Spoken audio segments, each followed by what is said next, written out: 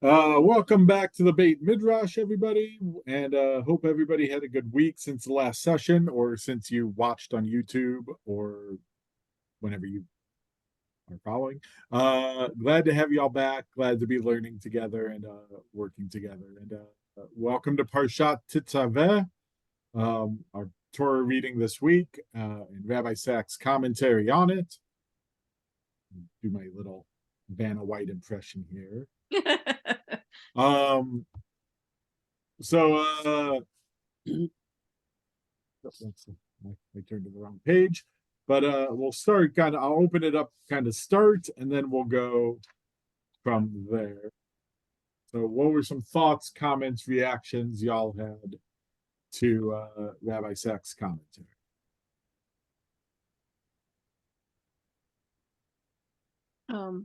I had a quick question to start with. Please. But when they were talking about presenting the oil, and it said crushed for the light, yes. I haven't quite wrapped. I know it needed to be pure. Is that what they mean by for the light? Oh, or no, of course. Wait a minute. For the burning. Yeah, I think it's the. I'm trying to look up the exact Hebrew, but I think it's a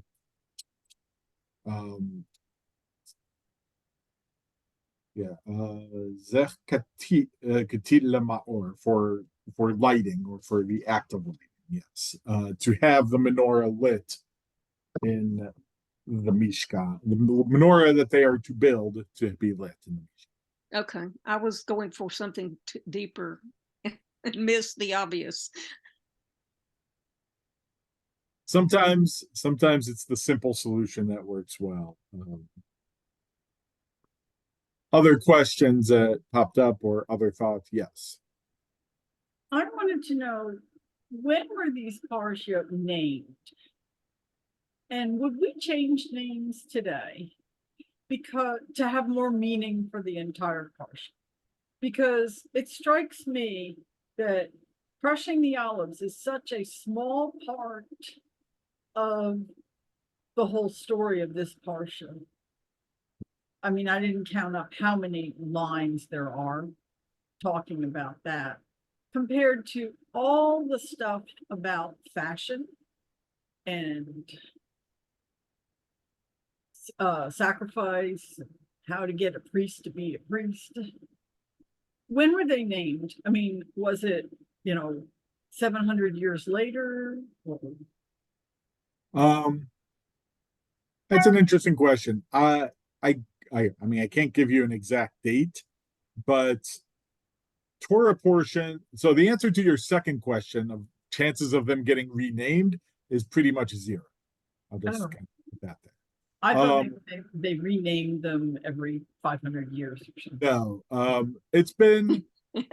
I would guesstimate it's somewhere between 1,500 and 1,800 years old when they were named. And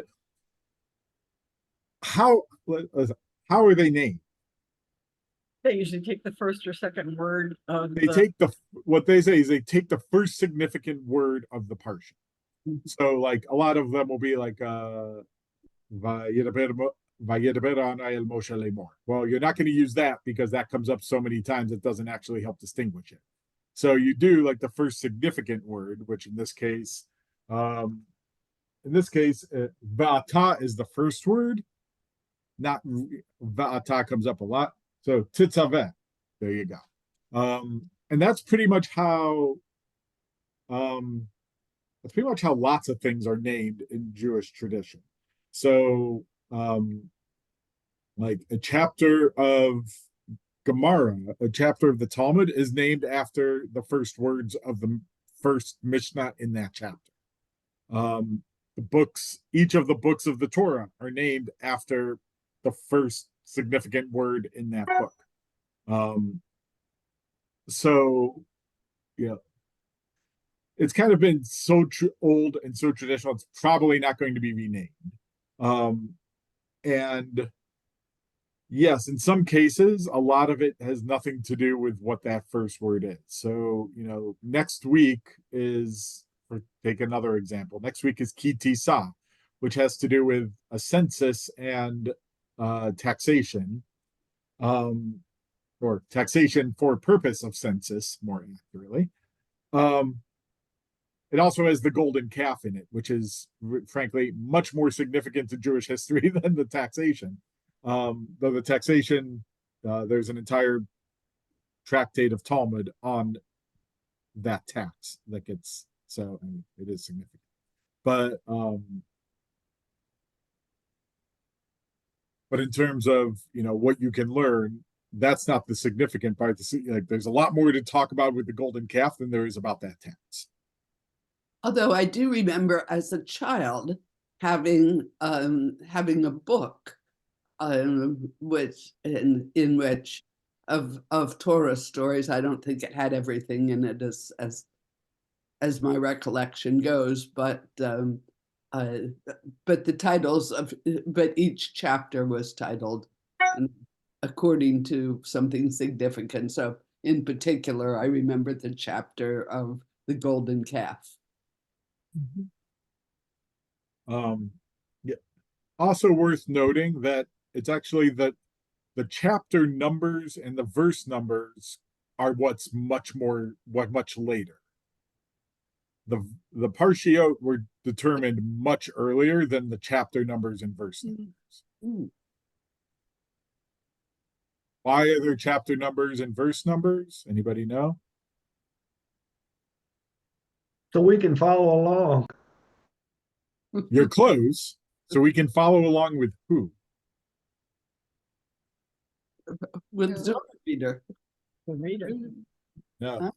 No. So it's actually the church is the one who assigned chapters, who divided it into verses and chapters. Interesting. And then when they would get into disputes with, like, they'd have these big public debates with the Jewish community, which were rigged, but that's beside the point.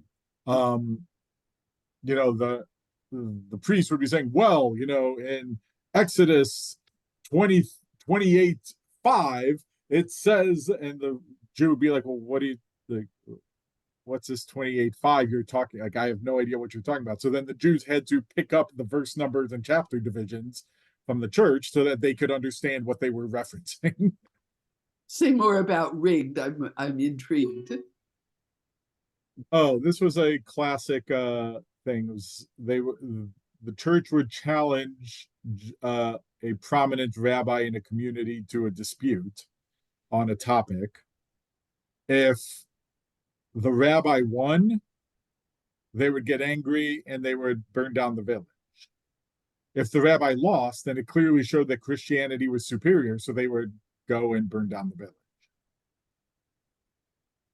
So there was really no way to, like, it took a little while, but Jews eventually figured out there was no way to actually win this. There wasn't social media, so like it wasn't internet. It took a while for word to spread, like, stop participating in these because they're just going to attack you no matter what you do. Excuse me, when did the church start with the chapters and verses? Is this also 1,000 years ago? I want to say somewhere between like 800 and 1,000 years ago, give or take. I don't remember exactly when, but it was a while ago. It was a long time ago. When I can still remember how the music used to make me smile. Sorry, I heard that song recently, so. So we still follow the same numbering sequence that the church set? Yeah. For the most part, the chapter and verse divisions are kind of set, and so they haven't really changed in a long time. There's a couple places where it's kind of a weird stopping place, and they kind of make a chapter in the middle of a conversation.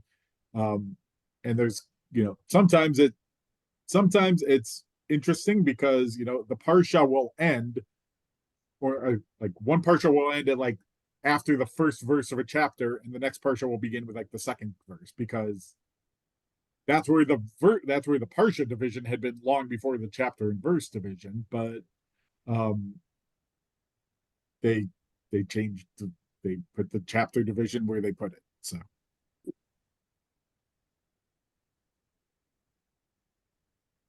there's some kind of general background biblical canon knowledge.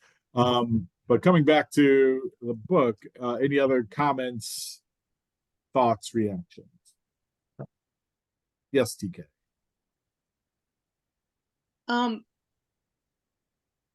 I thought it was very interesting that the whole point of it was that the crushing of the metaphor of the crushing of the olives was kin to other pieces of wisdom about I think this might be in the Christian text about burning it, purifying the gold by fire, but it may make references back to the Hebrew Bible. Anyway, the whole idea of suffering is a huge topic, and it was interesting that Rabbi Sacks' take on it was that the way that we need to call on that faith was the avenue through which we transformed from suffering into compassion and love, that we transform it because of our faith. Might be a better, more explicit way to say that. And as you guys know, I'm not big on traditional thoughts about faith. I haven't made up my mind exactly what I think, but I did look up other cultures that had this kind of idea about suffering leads to, or is a tool of transforming the human spirit. And it's, it's Buddhism, American Indians, African tradition, I think Stoicism. It's in a lot of cultures, but not in terms of faith. So I was really interested in the whole concept of that, and wondered if you guys would share. Is by faith, do you mean the belief that all things are for the good ultimately, and we just can't see the complexity of it now? Or what does that mean to you? Sorry for the little question. Great. That's a great question, TK. That's a great question. I don't feel that way, that ultimately there's a reason for all this suffering. And I thought the example was kind of poor too, because I mean, in a personal relationship, I think at some point there's always going to be suffering. So I didn't really get anything about reading this example, since, I've seen this happen in my family too. And I didn't feel like there was an ultimate good that was going to come from that. It was just you're living through it.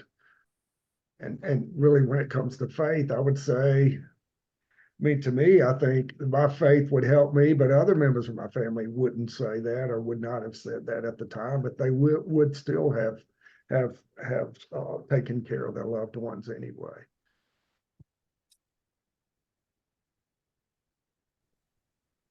Well, I don't think it happens in order to, I don't think the bad thing happens in order to make something good happen. But I think what Rabbi Sacks is saying, it depends how you react to the bad thing, and that you can,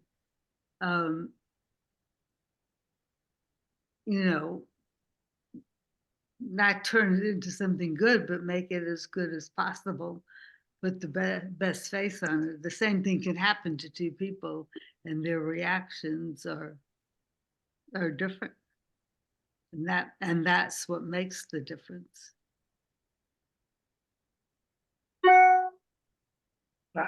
I sort of agree with Eddie.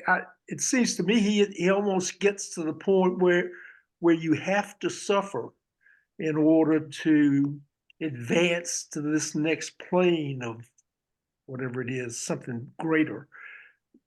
And I don't see that as, that doesn't seem valid to me. I mean, now he may not be actually saying that. Well, but, and I think you're right. but that's what, When he talks about how you have to crush the olive in order to get the oil. right. That's exactly what he's saying. I don't like that. So I'm not so sure that's what he's saying. I didn't read it that way at all. Really? Yeah, I just read it as as kind of more of a practical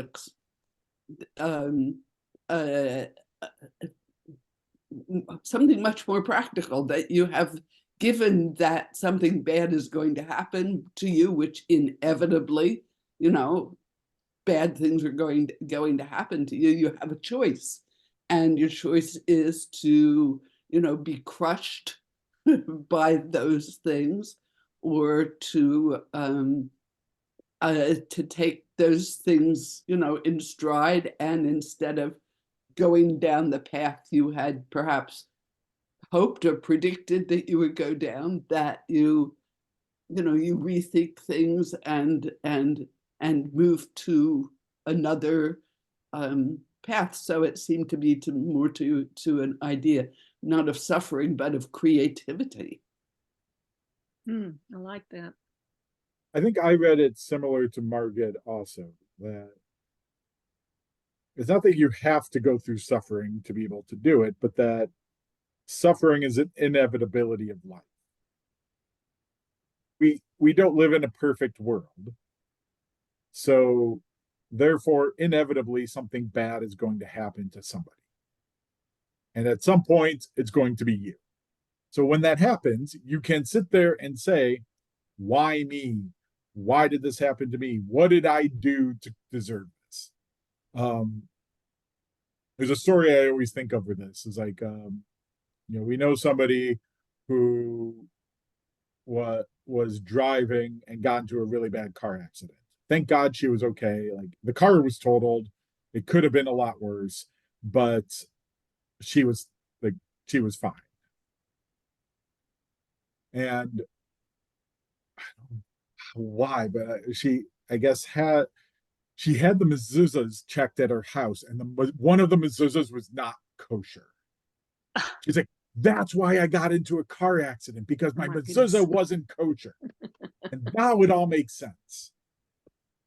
And we're like, or it could be that, you weren't wearing your glasses and you have a horrible eyesight, or you were checking your phone while you were driving, or you weren't paying attention, because you tend not to do those. That's how you tend to drive, not wearing your glasses and looking at your phone. But fine, if you want to blame it on the mezuzah, fine. So I mean, that, taking that as kind of an example, you have a choice. You get into a bad car accident, you can say, why did this happen to me? And say, it was because my mezuzah wasn't kosher. Got it.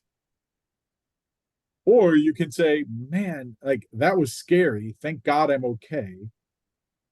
What do I do? Like, what can I learn from this so that doesn't happen again? Or how can I move forward from this moment so that you need to check all your mezuzahs in the mezuzahs. future? That might be why I had my bad breath recently. I'm gonna go check mine. So, Rabbi, what you're saying really resonates with me. What I'm missing is what faith has to do with it. Mm-hmm. So I had Tina Turner start running it. What's faith got to do? Got to do? I agree with TK, because that whole line got me, where it says about the divine light flooding the universe that can only be seen by people of faith. People have told me I'm like super religious compared to what they look at. And maybe that's just an act, because it's faith must be something else. Because I don't see the divine light all the time, or maybe ever. So I thought that he was stretching it there. He obviously sees a divine light, but to tie it to seeing it through the eyes of faith, I think there are people, and Margaret, you can correct me if I'm wrong, there are people who are optimists, and there are people who, always see it as a glass half empty. And I don't see the difference here in how you look at a positive world or a different world. I never figured it had anything to do with faith, which is the stretch that we're talking about before, that you're reaching if you're talking about connecting it to faith, because you can't rely on faith to get you through. The same way, Eddie, I would recommend you not rely on checking your mezuzah to make sure that that you don't have another car accident when you get it, or truck accident when you get a new truck. Well, I have to confess that I don't think of myself as someone who has faith, but I am intensely curious about what it would be like to have faith in that sense, and in the sense in which Sacks is talking about, and how, if it would transform the way I look at things or the way I experience things. It's just a matter of curiosity for me, and I don't know that there is any solution for that other than to be curious. Well, there is a solution to that. Rabbi has the solution. Live a life of faith. Do what? You decide you're going to have faith, and you live a life of faith, and you live it that way, and then you'll learn what it's like. I mean, yeah, there's no solution to answer your curiosity other than experiencing it yourself. What's the recipe for that? And I What do you mean by live a life of faith? how to do that.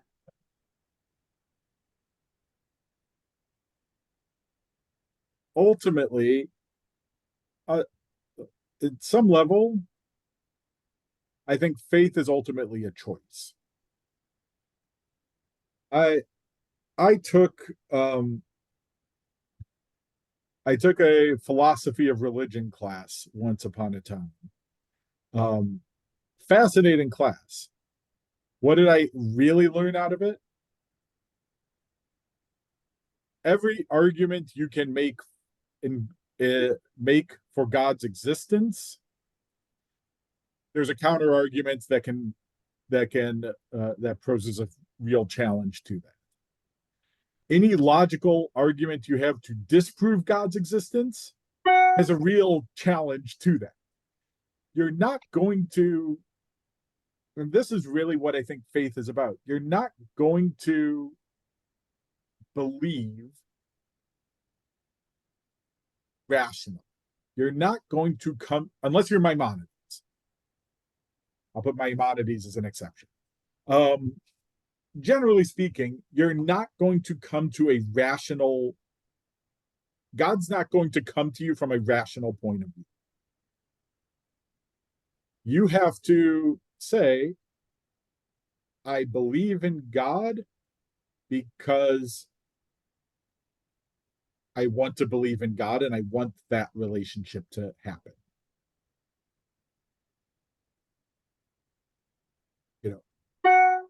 I often use marital metaphors for this relationship. So, I mean, how do I know that my wife is not going to cheat on me? How do I know that my wife is not going to pick up the kids and walk away tomorrow? You don't. Rationally, I can say, well, she hasn't done it so far. So, so she's not going to tomorrow. She's put up with me this long. I mean, God, what's one more day? But there's a counter argument to that, in which I know a number of families who have been, or couples who have been married longer than we have who split up after that time. 20, 25, 30 years of marriage, they just decided they were done. They got divorced. So rationally, I don't know, but I believe in her. I have faith in her. I have faith in the relationship that we have and the life we have built together, that she's not going to do that. And you have to have that belief to be able to have to have that relationship. Because if I constantly worried about her leaving tomorrow, then it's not going to be that strong of a relationship. But I don't like your example. I don't want to hog this, but I don't like your example. And the reason I don't like your example is that that you have a history that at least tends to argue for her staying. It's clearly not a perfect argument, but you have something to build your argument on.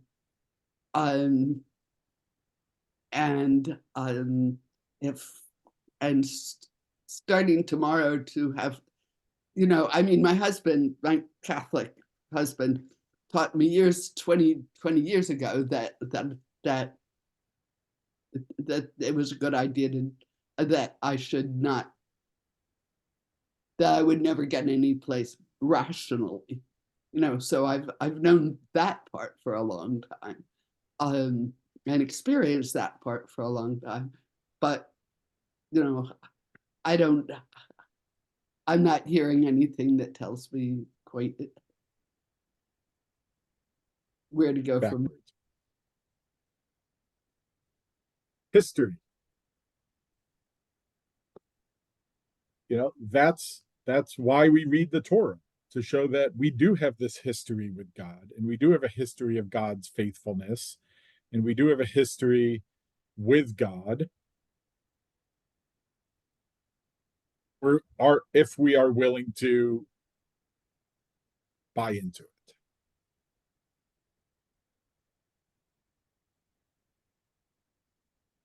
Yeah, but I think you could read the whole thing without putting God into it at all. Say more. Hmm? Say more. I think you could read the whole, the entire, this is not a new thought. I mean, a billion people, I'm sure, have had this thought, that you can read the whole Torah. And I recently read an Iliad in which they crossed out all the gods, and they just had it was kind of interesting. But you could read the whole Torah and knock God's name out of every single thing, and just have it as a history of the Jewish people, overcoming adversity, coming up with an ethical, a system of ethics for how to be in the world, and how to create community. I'm going to stop. I think if you do that, I think this is an important conversation, so you don't feel like you have to stop. You two, in which case we're a democracy, so the two of us would be outvoted. I think if you were to cross God out of the entire Tanakh, you'd completely be missing the point. Your point. No, I think the point of the Tanakh itself. The Tanakh is not written as a history book. It's Right. not supposed to, or at least not history as we think of academic history. It is, I'll kindly ask you not to get me fired for saying this, it's mythology. And,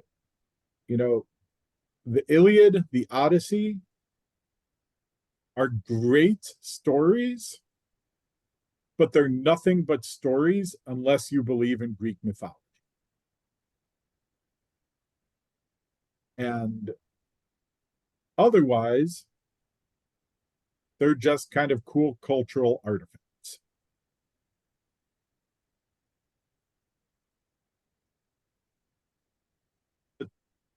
So what is actually, we use myth as kind of a derogatory term. But what's the actual definition of a myth?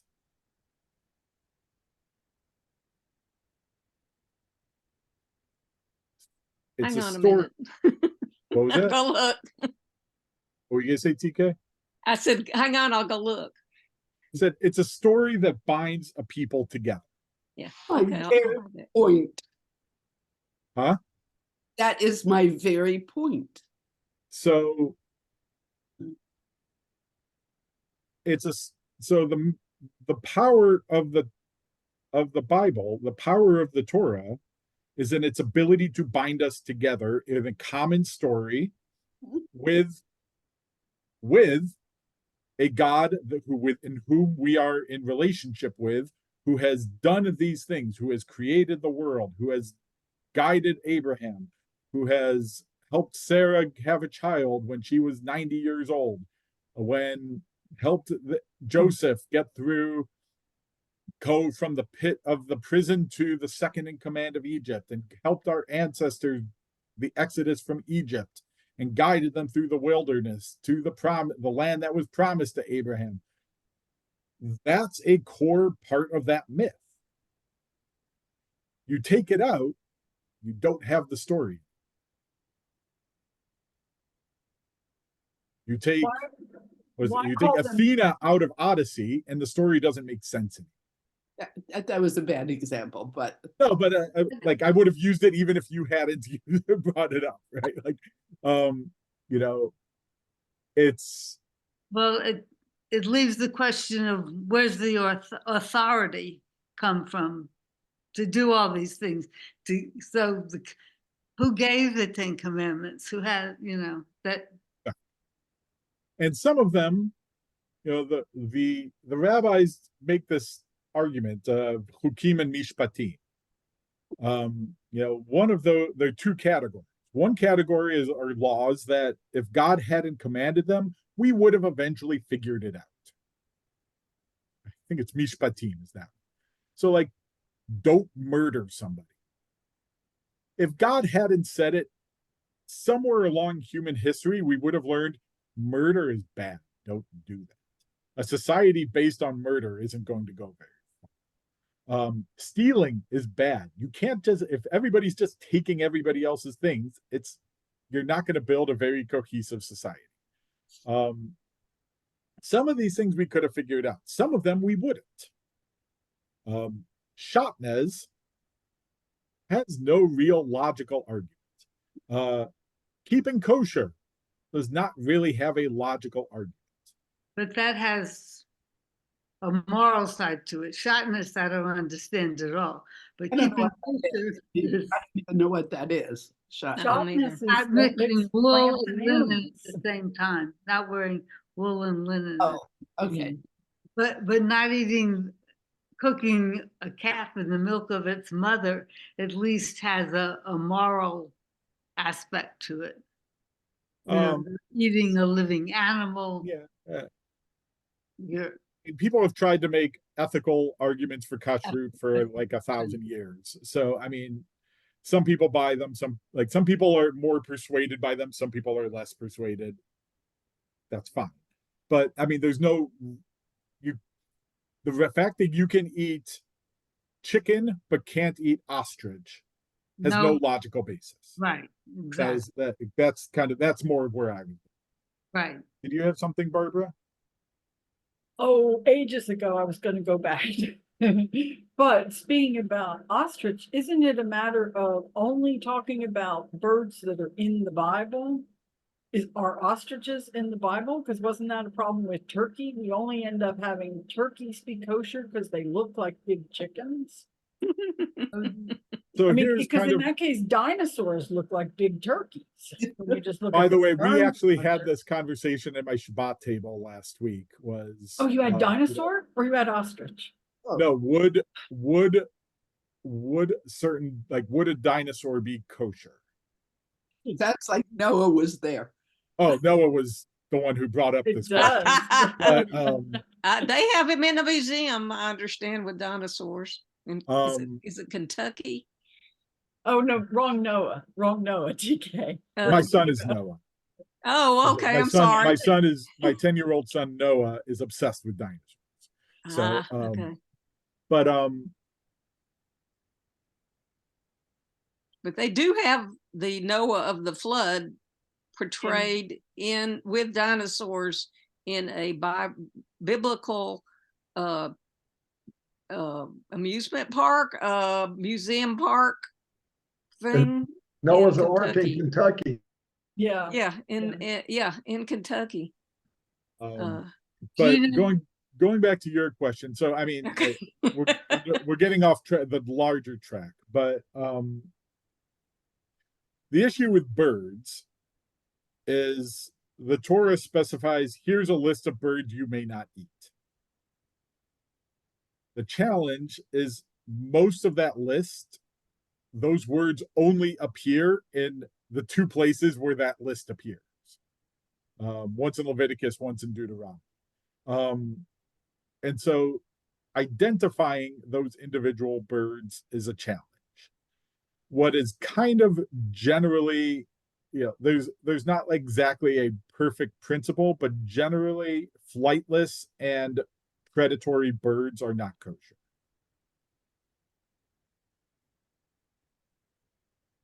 So no ostrich this Friday night? No ostrich is Friday night. Um, Which is ultimately where we ended up in the dinosaur conversation, by the way. Is like, it depends how, because he was trying to say, well, is it a mammal or is it a bird? Like, that's what I was trying to get him to argue. Because he was also doing it from Jurassic Park, where they're bringing in other DNA. And so how do you categorize it? I'm like, well, if you categorize it as a mammal, is it kosher? He's like, well, it doesn't have split hooves and it doesn't chew its cud. There you go. If it's a bird, is it flightless or predatory? Well, probably. So in that case, it's still not kosher. So either way, the dinosaur. some of them were predatory, the ones that were. He was trying to argue that a T-Rex evolved How into a about chicken. pterodactyls? Pterodactyls are, I think they are still predatory. They are also on the edge of being dinosaurs. Yes, if you ask Noah, that they are technically not dinosaurs, they are pterosaurs, but which is a different category. But Okay, I'm not arguing dinosaurs with Noah ever. I generally nod and smile, except for when he's bringing, like, trying to bring a pterodactyl toy with him, and I'm like, don't leave your dinosaur here. I'm like, I'm not bringing any dinosaurs. I'm like, leave it here. Well, he's either going to be a lawyer or a rabbi.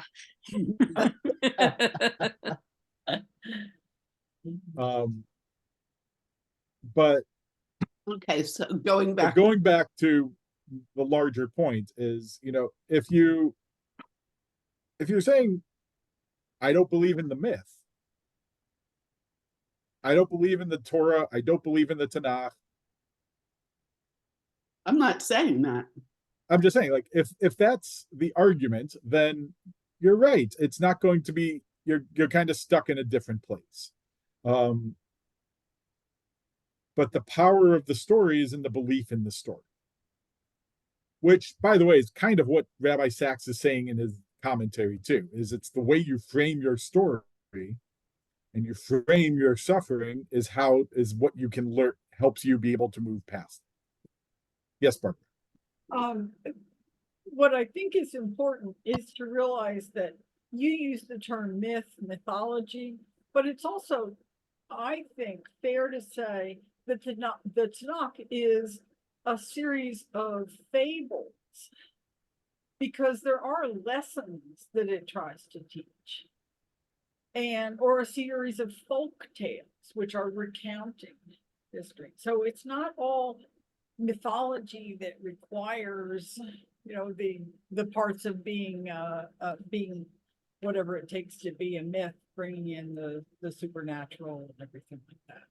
But I think that we all read Aesop's fables as a kid, and we can recognize the similarities between much of what we read here and the interpretations. I'm not saying particularly this chapter, other No, but there are rabbis throughout the generations who have made a similar argument that, don't read this as a literal, this is what happened, but read it as a metaphor to learn something from. Yeah. And that's the power of Judaism, is to say, you shall further instruct the Israelites to bring you clear oil of beaten olives for lighting, for kindling lamps regularly. Cool. That's nice. What do we learn from that? And how can we apply this verse? It seems to have, unless you still use oil lamps, doesn't have a lot of natural affinity. What does it mean for us today?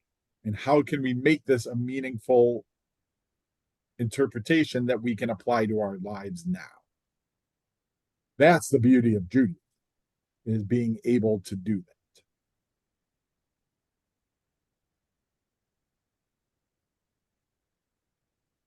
I can truly see that, and I can see that there is great wisdom in the minds of people who talked and argued and questioned for thousands of years, and we have the privilege of having access to that.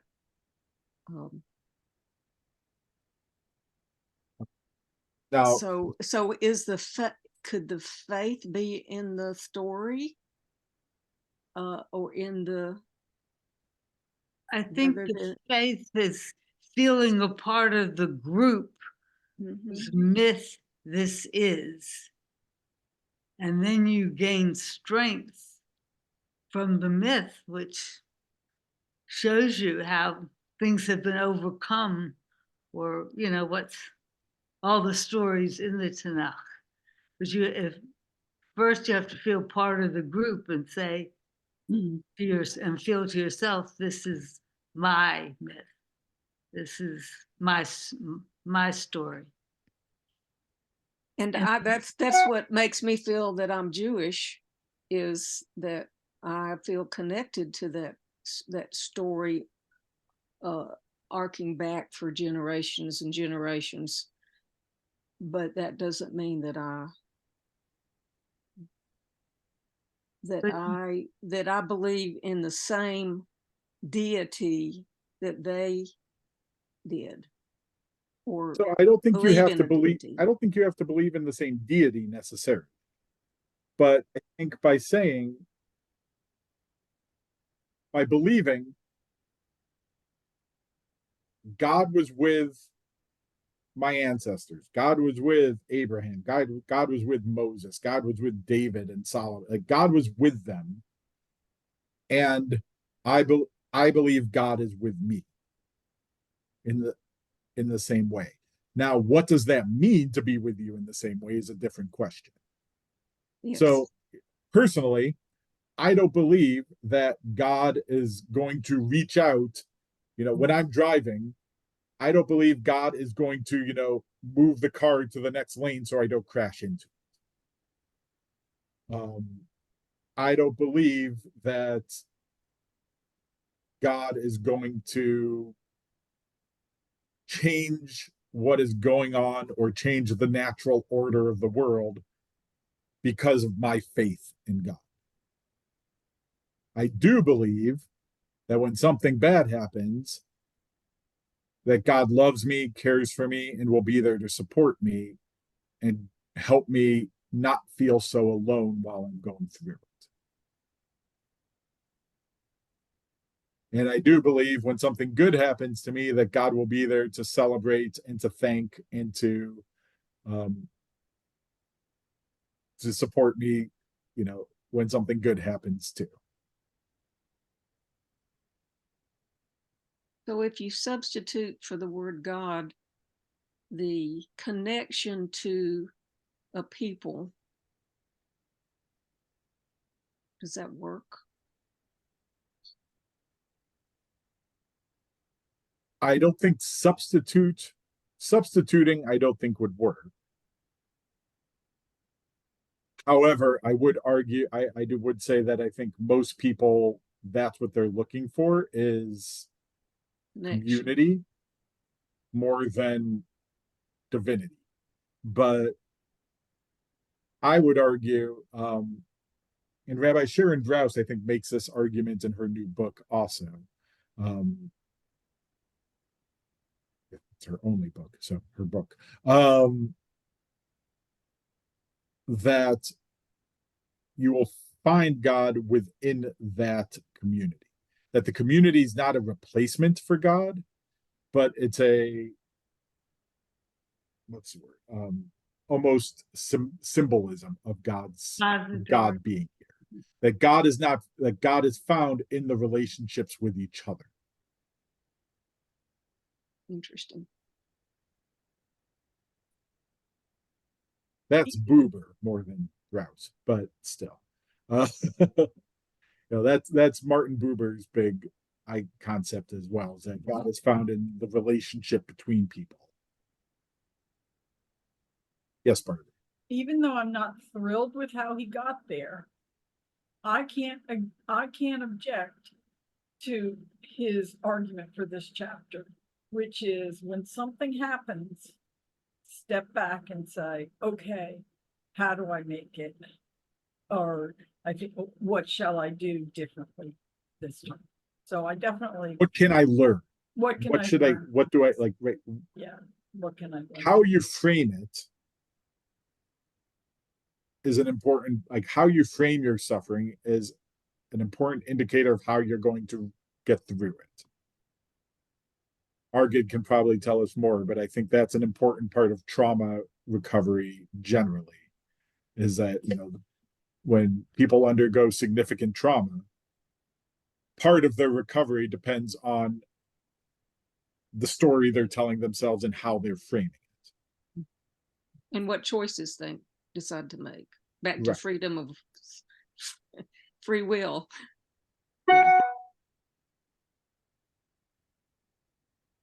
Way back to something we were saying in the beginning, I think this parsha is a classic example of where it was divided in the wrong place. Because the first few lines that mention crushing the oil for the lamps are from chapter 27, and it's two verses. And chapter 28 goes on to a totally different topic.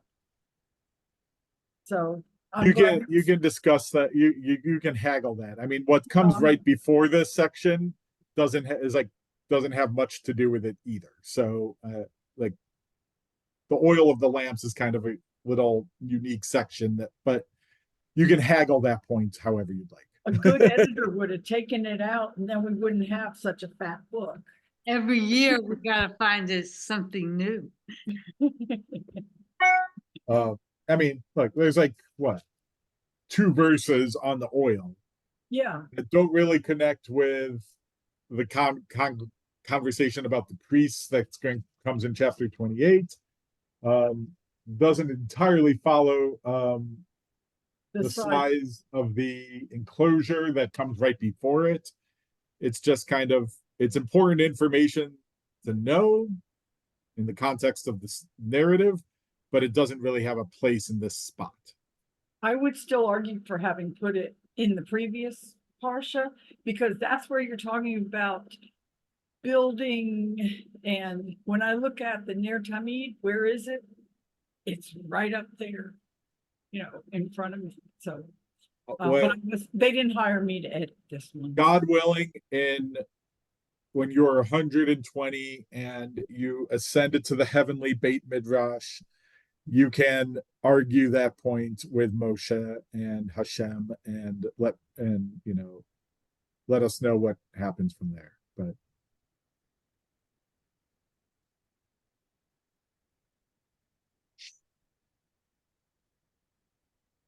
other questions, comments?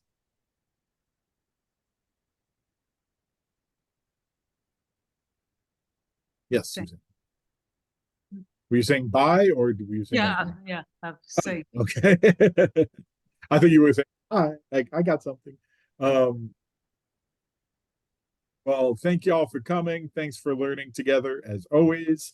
Looking forward. Kitisa should be an interesting one. I can already tell I don't think you guys are going to like it, but I looked at the life-changing idea and I'm like, oh, this is going to be a hard one. You guys are not going to like this next week, but read it. I might be wrong. Who knows? But kol hakavod. Thanks for learning together. Good That conversation. will just distract you to another topic. Oh no, I mean if I don't like it, I'll just I'll come up with something else to try to lead you down a different route. I'm just joking. Thank you all very much. Happy to learn with y'all and look forward to it next week. Thank you. Thank you very much. Take care, Thank you everybody. all. Be well. Everybody.